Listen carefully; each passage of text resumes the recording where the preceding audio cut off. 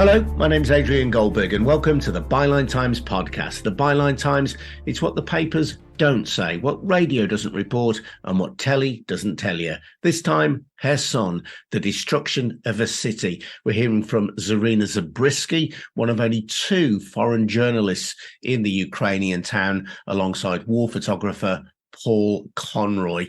Before we hear from Zarina, and she tells me she's right in the midst of an emergency situation, a quick reminder that the Byline Times podcast is funded by subscriptions to the Byline Times. That's our brilliant monthly newspaper, which combines the best of our online coverage with content that you can't read anywhere else.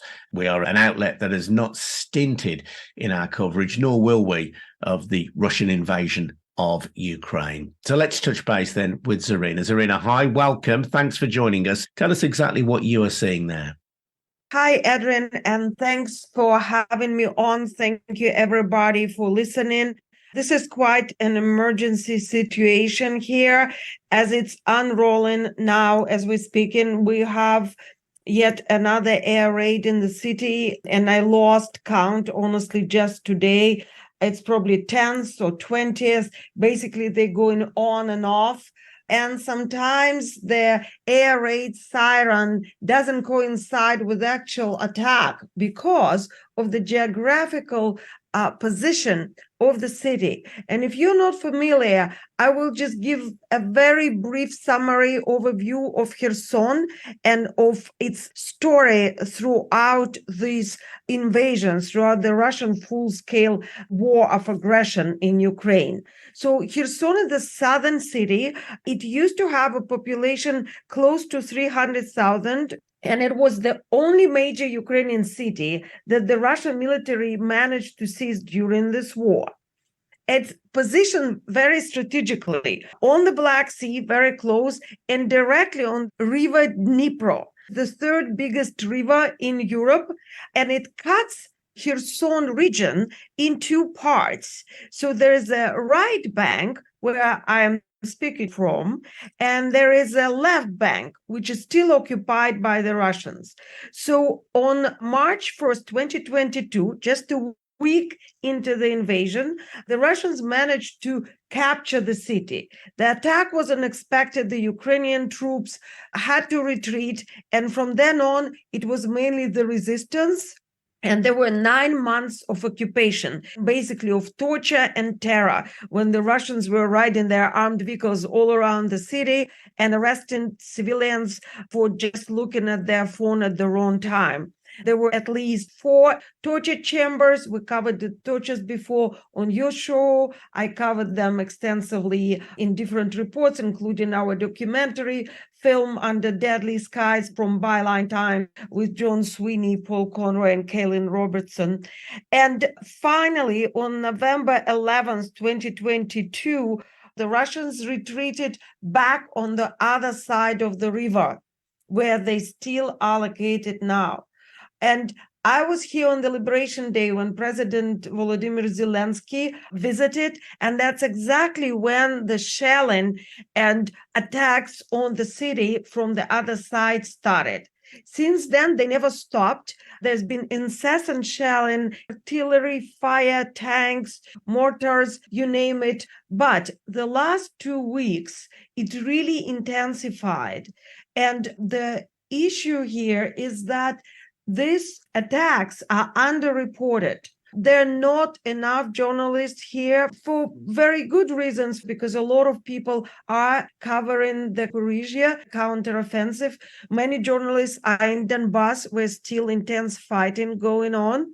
And it's also extremely difficult to get permit to get here. And not everyone has time and funds to be waiting for such permit. Because we are based in Ukraine, it was easier for us to wait for the permit. We also have been working here quite a bit, and we are known to the authorities. Anyway, it was very difficult to get the permit.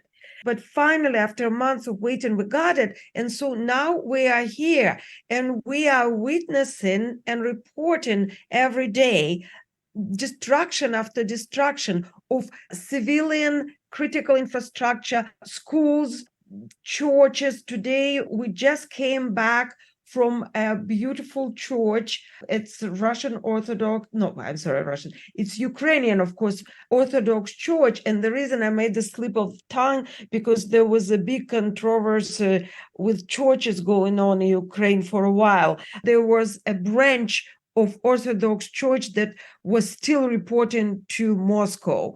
And it's an ongoing process right now to detach the whole Ukrainian Orthodox Church from the Russian authorities, right? Let's put it this way. But the church that we have visited today that was under attack at 4 a.m. in the morning is a Ukrainian Orthodox Church. And we spoke to the priest who was so sad, Adrian. He was just sitting there by his beautiful church that was crumbled and damaged, these big pieces of torn, almost flesh, I want to say. It looked like an alive being. A beautiful church in good condition. Of course, now it's damaged. And around the cathedral, there are some premises. So another shell hit the wall and went into the basement where it was sitting unexploded. Right as we were there filming and documenting, the police and military are working so hard, nobody came yet to do the detonation. Right there next to it, there was another MLRS shell sitting in the middle of the street, busy street with a lot of shops, cafes. Most of them are closed by now because I don't have the statistics, but locals tell me that there's about 10,000 left, if that. That's from 270,000, if you remember me mentioning the population before the war. And the situation around Kherson is even worse. We managed to get with volunteers on evacuation trip. It wasn't easy to do because we're getting closer to the front line, so there's a lot of checks. But our documents all proper, and we were allowed to go and shoot evacuation. And we watched and film this elderly ladies being dragged from the boats because there are a lot of rivulets all over. The landscape is peculiar. It's not just one solid piece of land. There's a lot of small rivers and lakes, and a lot of it is covered with reeds. So anything could hide into them. It's extremely dangerous. And the Russians could see that far. In some places, they're only 5 to 10 kilometers away, supposedly. And also there are drones flying everywhere. Since we came here, we saw quite a few drones. They are hunting people. Also, we've been told that they are hunting journalists. That's another reason why not many of us are here. So the evacuation was intense. There was smoke rising from aerial bombs very close to us. The GPS systems are being jammed. You don't know where you are. And the roads are in extremely bad conditions after all the shelling and all the fighting and perhaps heavy equipment using them for months. And it is extremely hard situation. I would call it a humanitarian crisis. And I would also say that we need to get attention to the city as soon as possible because there are residential buildings, blocks of buildings being wiped out in the city as we speak. And Zarina, you mentioned some of the strategic importance of Kherson. The river Dnipro, as you say, runs right through the middle of Ukraine. So whoever controls access to that has significant access to other parts of Ukraine. But really, it seems the gateway to Crimea, and recovering Crimea, as I understand it, or gaining Crimea, is a key Russian war objective. That is correct. So there's even more to that. This is absolutely true. The Dnipro River cuts through Ukraine. It actually starts in Russia, all the way up closer to north of Russia in a very small river. And then it flows through Belarus and all the way down to the Black Sea. But it only becomes this wide, powerful Dnipro River we know here in Ukraine. It's quite wide, it's spectacular, although right now you can't even come close to it because it's so dangerous. There are drones there and there are snipers on the other side. Snipers are a little bit further now, but they were here throughout most of the liberation period until now. But what's important from the strategic point of view is that Kherson, in a way, is a launch pad for a possible potential or desired, let's put it, assault on Ukrainian seaports of Mykolaiv and further on Odessa. And the Russians and some Russian generals were discussing in the beginning of the war the plan of capturing Kherson, capturing Mykolaiv, going on to Odessa, and then proceeding from there to Transnistria, which is a Russian proxy, unrecognized state area in Moldova. And from there, you can imagine they might have an appetite to go even further. But this whole southern territory is the delicacy that the Kremlin definitely wants to have, and Kherson is critical for that. And then going southwest and then going to the east, there's the whole land corridor through Melitopol all the way to Crimea, which is being disputed now and which we have discussed many times, I think on your show as well. If this land corridor is retrieved by Ukrainians, if they manage to get it, then they can cut Crimea off the Russian mainland and turn it into a trap. And in terms of international support for Ukraine, Zarina, there was a big disappointment in recent times that the US Congress had dropped a £6 billion aid package to Ukraine. Now, this was part of the bartering that takes place in the US political system to ensure that a budget can get passed. So it doesn't mean ultimately that Ukraine won't get that level of aid, or it won't get at least significant aid from the United States, but clearly it places it in jeopardy. In better news, I know the European Union has been talking about an aid package, something in excess of $5 billion for next year. But I suppose there has to be a fear, and particularly with a presidential election looming, that US support for Ukraine against the Russian invasion might be weakening. Well, I wouldn't go as far. I think the support is still there, and the forces that are on the correct side of this war are continuing to support Ukraine. However, the information warfare is continuing, and that's what we see here. We see the results of the Kremlin geopolitical game, and they are very good at it. And here we go back to the subject that we've always discussed, even before the beginning of the so-called big war, full-scale invasion in Ukraine.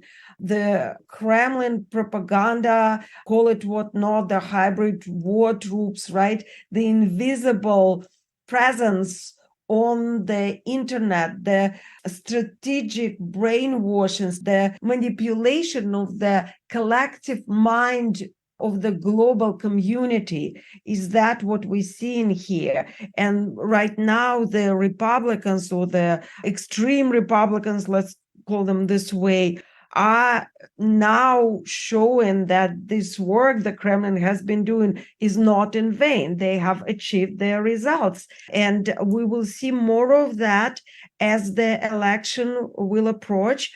We will see these battles, and we're already seeing them on former Twitter, now X. We'll see it on Facebook. We'll see it across all social media platforms and mass media. Even the fact that we don't have enough coverage of such dramatic extreme situation as Kherson is a part of the information warfare. It's silencing of important developments. And of course, we see it on Twitter. I don't know about you, but whenever I open X, all I see Elon Musk's tweets, and I'm not even subscribed to him.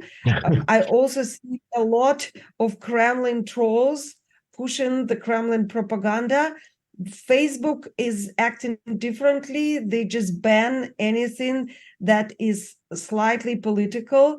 And because I used to be located in California, very close to YouTube headquarters, very close to Silicon Valley, and I did some research there, I know what's happening in Facebook. They have hired, maybe unbeknownst to even themselves, a lot of Russian immigrants, perhaps even still Russian citizens, to work at Facebook. And so a lot of bans and a lot of algorithms are going through people who are Putin sympathizers. And that's what we see here. And on Twitter, we see Elon Musk. That's very clear, I believe, to most people what's going on there. Indeed, and something we've discussed with you and other contributors like Heidi Sigmund Kuda as well here on the Byline Times podcast. Just to finish, Zarina, clearly we're doing our little bit here with this podcast and through Byline Times to let the world know about the atrocities and the destruction of Kherson. What else needs to be done? What would your plea to the world be? A very good question, Adrian, and thank you. I think awareness is number one for people who are listening. It's critical that you keep yourself abreast with what's going on here in Ukraine. It concerns not just Ukraine, it concerns the whole world. What we have here will spread if it's not stopped here. I'm not even going to go into the moral aspect of helping Ukraine. I think most people understand that when civilians are being killed on a daily basis, something needs to be done. But I'm actually at this point turning to somewhat, if you will, egotistical, right? Or healthy self-preservation instincts. If Putin is not stopped, he will go further. Just as he went to Ukraine when nobody believed that he would. If the collective international global community does not unite and does not take the right legislative moves, doesn't take the right financial moves, we are dealing with the situation that is close to World War II, when eventually the Allies would be drawn into the World War again. So being informed, looking at the information coming directly from Ukraine, not just from Kherson, but from the front, from Donbass, and also, if you could, helping people here is still of utmost importance, because many people cannot leave Kherson now, even though the routes for them are open, but simply because they don't have means to go anywhere else. The war has been going on for 2 years, and many funds are exhausted. There's not as much humanitarian aid coming in, and to relocate your family to another place costs a lot of money and requires a lot of material resources, which people simply don't have because there are no jobs here. Everything is closed, and the enterprises and businesses are being shelled on a daily basis by the Russians. So awareness and help, that's what's needed. Zarina, thank you so much. Good luck to you and Paul. And I look forward to a follow-up to that fantastic film as well that you made with John Sweeney and Kaelan Robertson as well. I'm Adrian Goldberg. You've been listening to the Byline Times podcast. This episode has been produced by me and Harvey White in Birmingham. It is a We Bring audio production for the Byline Times, and you can support the Byline Times podcast by taking out a subscription to the Byline Times. In return, you get a rather fantastic monthly newspaper as well. Head over to bylinetimes.com for details of how to subscribe. Thanks for listening, and for now, goodbye. Take care.